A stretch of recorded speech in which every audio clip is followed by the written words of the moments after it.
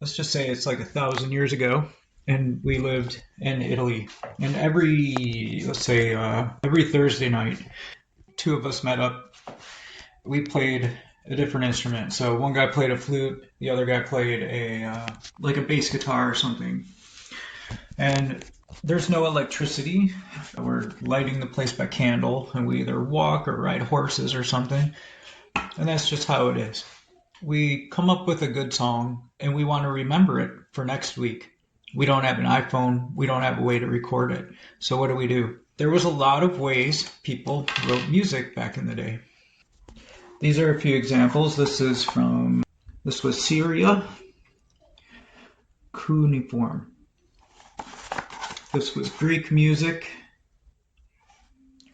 This is close to what we have. I met somebody that was making these in Spain when I was there. This was more towards the Catalan area, and she made this for me.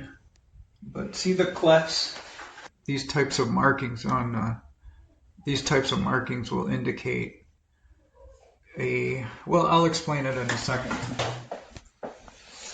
Chinese head music that goes up and down. Let's see, where was this? Ethiopia. So there's a lot of different ways. That doesn't count, but there's a lot of different ways that people were they had to find a way to remember these things. The best way, once people saw how they were doing this, they started copying it. And the best way came from Italy. And I'll make some lines real quick. Okay, so what they were doing in Italy is they were just putting 5 lines on a place and on a chart, and they were just like, okay, let's just say I hit this note 3 times, and then went 1 up and back or something. That's just what we did.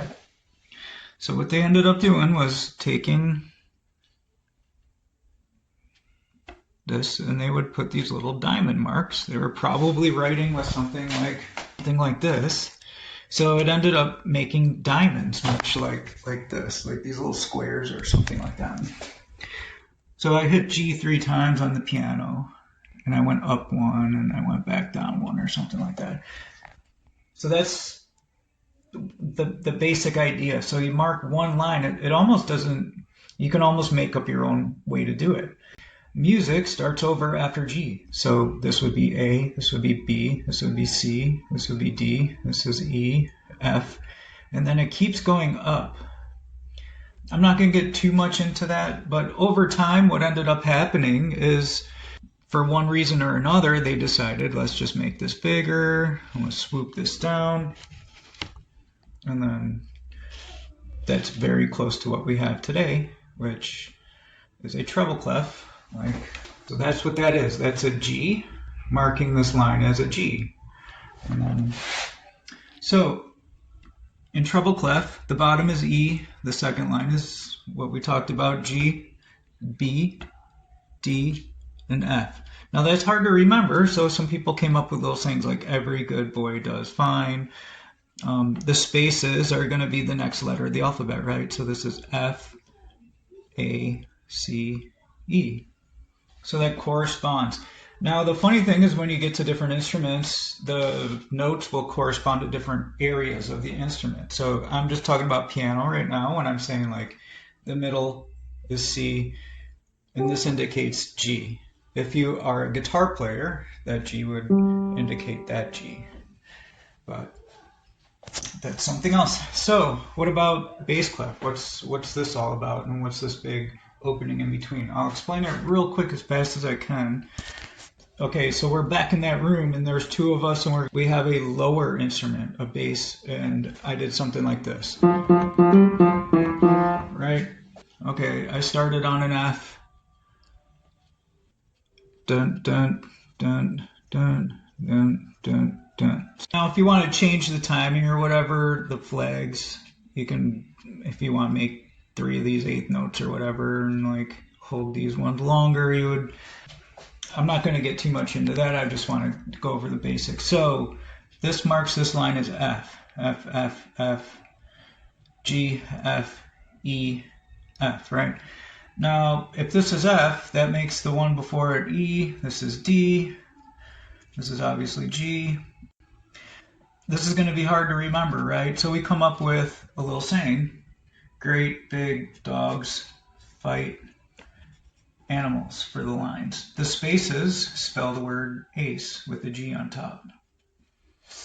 Over time, this F mark turned into something more like that. And that's what we have on that. So I've met professionals, people that have been playing professionally for years, that did not know that that's a G marking the line as G, and that's an F marking the line as F. I didn't know that for years until, in my lessons, none of my piano teachers showed me that. Something else is when you start looking into the Italian language and things like that, you start to notice these little things. I'll show you. So sharps are like this, flats are a little B. If you look at what the Italian is for this is sostenuto, and this is bemol. Likely this came from bemol, and that's the word is flat in English, but that's Spanish and Italian uses that. If you go back to their origin, a lot of these things make sense. Like some of these words that we use, if you look at what they mean, it makes a lot of sense. Like andante, andar, the root of that is to walk. That's really obvious to somebody that's Italian or Spanish, but in English, most Americans would not know that that's the root for walking.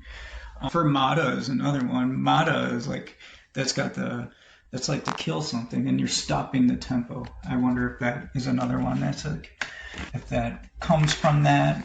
But yeah, so crescendo, the root of this word is to grow something. So the music above or below this marking is going to indicate that to become louder.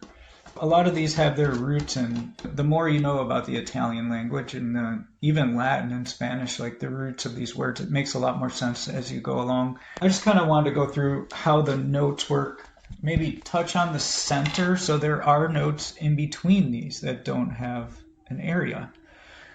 Middle C can be like here or like here. It can be written like this. It can be written any of these ways. Sometimes it's even like upside down, like flipped over. D does not have its own spot. It just kind of hangs below here. And B is right above this A. So these are, to me, when I was new to music, I thought that there was like 15 notes in between treble and bass, because if you look at it, it looks like there's a huge amount of stuff between these two, but there's not. Only B, C, and D, and it's literally right there.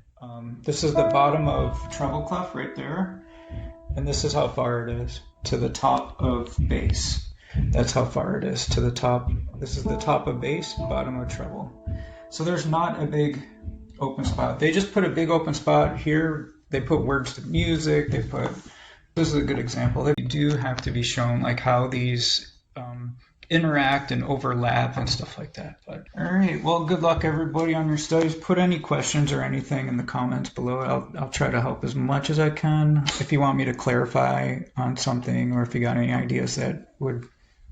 Music is notoriously something that is not super intuitive, and I believe in like helping out as much as I can to help people understand. So any questions, I'll do my best to either make another clarification video or like a part 2 or something. All right, good luck everybody. Thanks for watching. Bye.